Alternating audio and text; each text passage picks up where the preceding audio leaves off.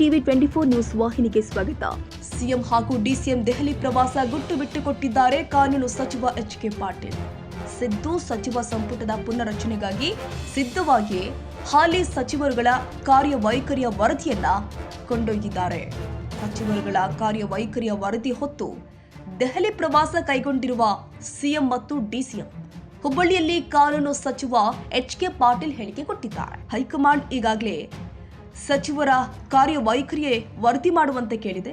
ಯಾವ ಮಂತ್ರಿಗಳು ನಿಮ್ಮ ಇಲಾಖೆಯಲ್ಲಿ ಏನೇನೋ ಕಾರ್ಯವೈಖರಿ ಅಂತ ಮಾಹಿತಿ ಕೇಳಿದೆ. ಇನ್ನು ಕಾರ್ಯವೈಖರಿ ಪರಿಶೀಲನೆ ಮಾಡುವುದು ನಮ್ಮ ಕಾಂಗ್ರೆಸ್ನಲ್ಲಿ ನಡೆದುಕೊಂಡ ಬಂದ ಪದ್ಧತಿಯಾಗಿದೆ. ನಮ್ಮ ಪಕ್ಷ ಹೈಕಮಾಂಡ್ ಎಲ್ಲ ಮಂತ್ರಿಗಳ ಕಾರ್ಯವೈಖರಿ ಪರಿಶೀಲನೆ ಮಾಡ್ತಾ ಇದೆ. ಮುಖ್ಯಮಂತ್ರಿಗಳ ಬದಲಾವಣೆ ಮಾಧ್ಯಮಗಳ ಸೃಷ್ಟಿಯಾಗಿದೆ. ಸಿಎಂ ಬದಲಾವಣೆಯ ಚರ್ಚೆ ವಾಸ್ತವೇ ಅಲ್ಲ, ಇದು ಅನಾವಶ್ಯಕ ಚರ್ಚೆ.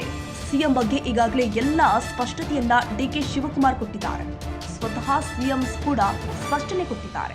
ಹೈಕಮಾಂಡ್ ಖರ್ಗೆ ಅವರು ತಮ್ಮ ಭಾವನೆ ವ್ಯಕ್ತಪಡಿಸಿದ್ದಾರೆ.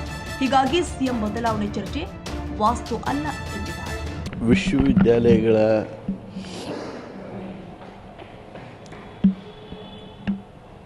ಒಟ್ಟು ಏನು ಅಭಿವೃದ್ಧಿ ಹಾಗೂ ಅವು ಸಮಸ್ಯೆಗಳನ್ನು ಎದುರಿಸ್ತಾ ಇದ್ದಾವೆ, ಅವುಗಳನ್ನು ಪರಿಗಣಿಸಿ ಮುಖ್ಯಮಂತ್ರಿಗಳು ನೇರವಾಗಿ ಈ ವಿಶ್ವವಿದ್ಯಾಲಯದ ಮುಖ್ಯಸ್ಥರಾಗಿರೋದು ಅಗತ್ಯ ಅನ್ನೋದು ನಮಗೆ ಕಂಡು ಬಂದಿದೆ.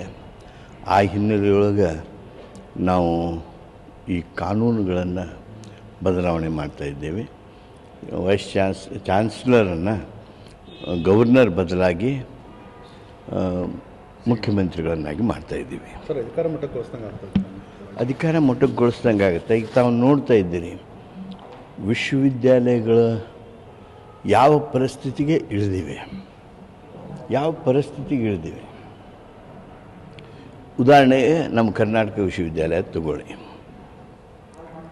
ಅದು ವ್ಯವಸ್ಥೆಯೊಳಗೆ ಯಾರ್ಯಾರ್ದೋ ತಪ್ಪಿರ್ಬೋದು, ಆದರೆ ಅದರ ಮುಖ್ಯ ಸಂಚಾಲಕರಾಗಿ ಅದನ್ನು ನಿರ್ವಹಣೆ ಮಾಡ್ತಕ್ಕಂಥ ಚಾನ್ಸಲರು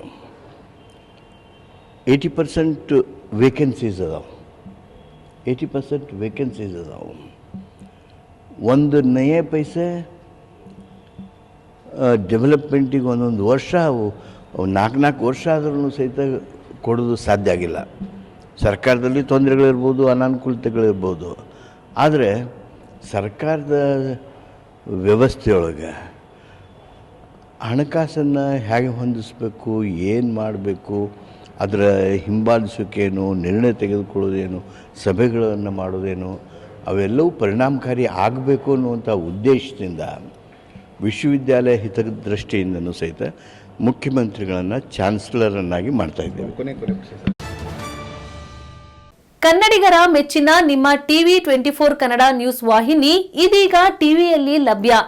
ಕರ್ನಾಟಕ ಮತ್ತು ದೇಶ ವಿದೇಶದ 360 ಡಿಗ್ರಿ ಸುದ್ದಿ ಹಾಗೂ ಉತ್ತರ ಕರ್ನಾಟಕ, ಬೆಳಗಾವಿ, ಬಾಗಲಕೋಟೆ, ಧಾರವಾಡ, ಹಾವೇರಿ, ಗದಗ, ಬಿಜಾಪುರ ಜಿಲ್ಲೆಯ ಕ್ಷಣ ಕ್ಷಣದ ವಿವರವನ್ನ ಪಡೆಯುವುದಕ್ಕೆ ಟಿವಿ 24 ಕನ್ನಡ ನ್ಯೂಸ್ ವಾಹಿನಿಯನ್ನ ಲೈಕ್ ಮಾಡಿ, ವಿಡಿಯೋಗಳನ್ನ ಶೇರ್ ಮಾಡಿ, ಕಮೆಂಟ್ ಮಾಡುವ ಮೂಲಕ ನಮ್ಮ ವಾಹಿನಿಗೆ ಸಹಕಾರ ನೀಡಿ ಮತ್ತು ಚಾನೆಲ್ ಅನ್ನ ಸಬ್ಸ್ಕ್ರೈಬ್ ಮಾಡಿ. Thank you.